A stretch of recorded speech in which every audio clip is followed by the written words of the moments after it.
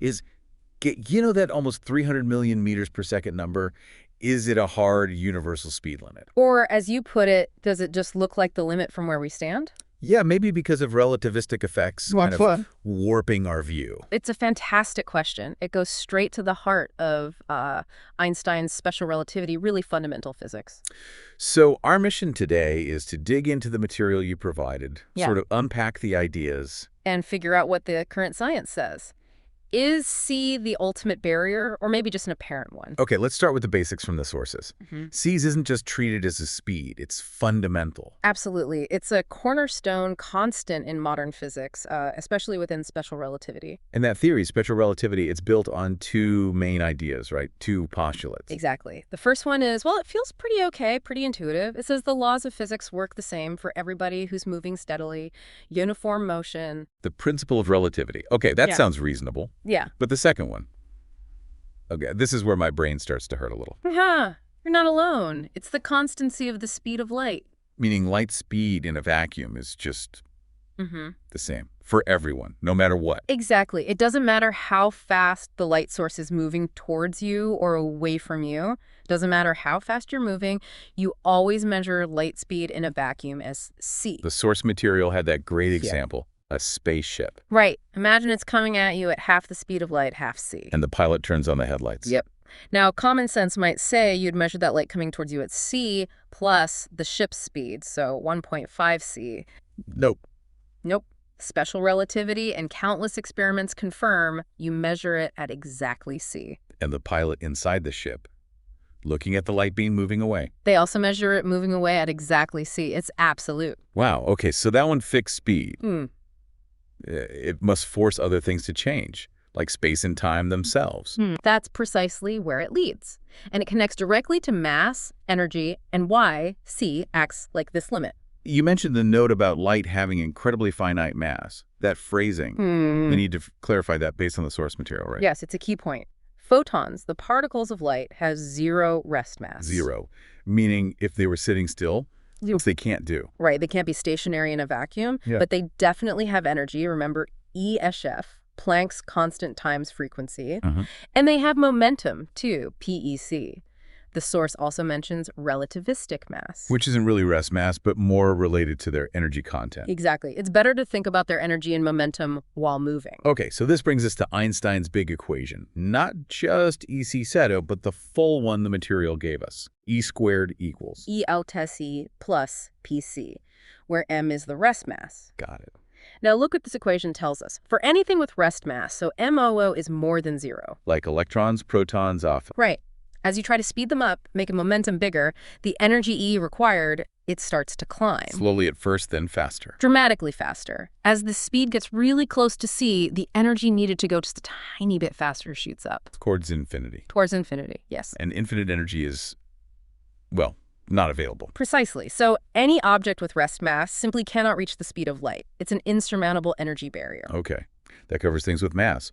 What about things without rest mass, like photons, where mu is zero? Now look at the equation again. If mu is zero, the first term, mu2, just disappears. Leaving EU, or just EPC. Exactly. EPC.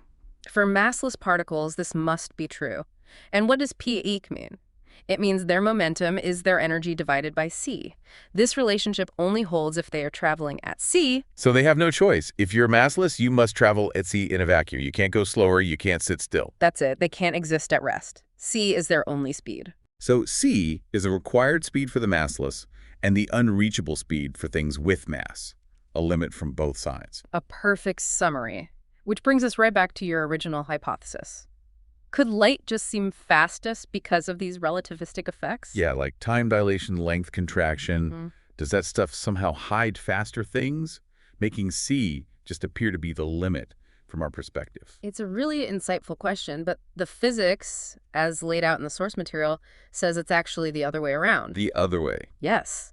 Those effects, time slowing down, length shrinking, energy increasing, they aren't some kind of cosmic trickery creating an apparent limit at c. Consequences. They are the direct consequences of that second postulate we talked about, the absolute constancy of the speed of light for everyone. Wait, so because c has to be the same for me standing still and for someone zooming past me, Because of that universal agreement on C, space and time themselves must warp and stretch and contract in very specific ways. To make the math work out so everyone measures C correctly. Precisely. To maintain that constancy across all different frames of reference, the material mentions the Lorentz transformations. Those are the mathematical rules describing exactly how space and time coordinates change between observers to keep C invariant. Okay, that's a big shift in thinking. The constant C isn't the result of relativistic effects. It's the cause of them. Spot on. It's fundamental. The weakness is space-time's way of enforcing that fundamental rule. So relativistic effects don't hide faster things. They happen because nothing with energy or information can exceed C. Exactly. But, that doesn't stop physicists from wondering what if. The source material does touch on faster than light, or FTL, ideas. Right, like tachyons. Are those real? Purely hypothetical. The theory describes them as particles that always travel faster than light. They'd have, weird properties, like imaginary rest mass. Imaginary mass. What does that even mean? It's a mathematical concept, not physical mass as we know it. And paradoxically, they would speed up as they lost energy and need infinite energy to slow down to C. Okay, that sounds very strange, and no evidence. Zero experimental evidence they exist. And FTL within special relativity creates a massive problem. Causality. The idea that cause comes before effect. Yes. If you can send something faster than light, you can construct scenarios where you could, say, receive or reply before you send the message. Like talking to the past. Potentially, yes.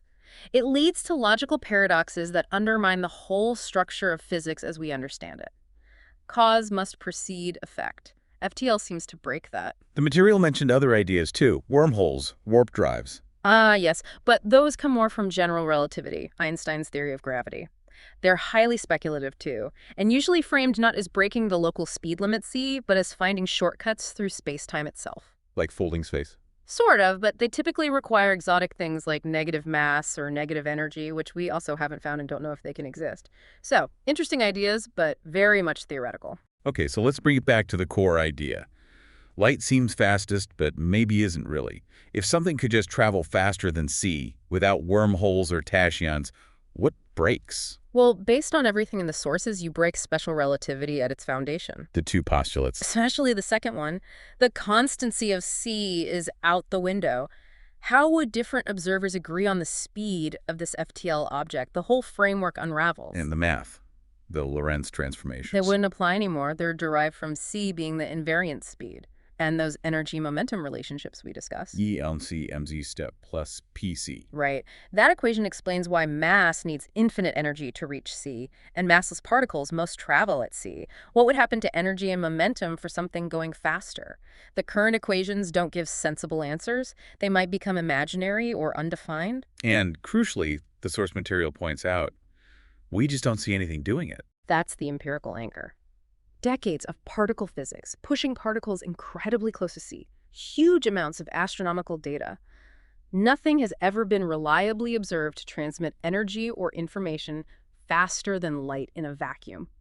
All the evidence points to C as the ceiling. So the fact that we do see time dilation, we do see length contraction, exactly as predicted by the math based on C being constant, that's strong proof. It's incredibly strong support. Think about it. The amount of time dilation, the amount of length contraction, it's precisely calculated based on the specific value of C. If the true limit was, say, 2C, the effects would look different. The mathematical form of those effects would be tied to that higher speed. The fact that all our observations perfectly match the predictions using this value of C tells us that C isn't just some apparent limit caused by the effects. It's the fundamental constant driving those effects. Okay, so pulling all this together from the sources, the scientific consensus seems really solid here. It is. The vast weight of experimental evidence and the success of special relativity as a theoretical framework support the idea that C, the speed of light in vacuum, is the ultimate speed limit for matter, energy, and information in our universe. And the relativistic effects, far from being an illusion hiding faster things, are actually the signature of space-time itself enforcing this universal speed limit. Exactly. They're the consequence, not the cause of some misunderstanding. So to suggest light only seems fastest would mean overturning. Well, pretty much all of modern physics regarding space, time, energy, and causality. You'd need a completely new theory, and you'd have to explain why all the existing evidence fits the current model based on C so perfectly. It's a very tall order. This has been fascinating. We started with this core question, is C a real limit or just an appearance? And we've walked through special relativity, mass energy, those counterintuitive effects. Looked at FTL ideas and landed on the strong evidence pointing to C as the genuine cosmic speed limit. Understanding why C holds this unique position really does tell us something profound about the structure of reality. And yet, as the sources rightly note, science keeps evolving. Extraordinary claims need extraordinary evidence. Always. While everything points to C as a limit now, science remains open. But it leaves you wondering. What would it take? What kind of observation, what piece of evidence would be so undeniable, so revolutionary that it could force us to rewrite something as fundamental as the speed of light? Something to think about.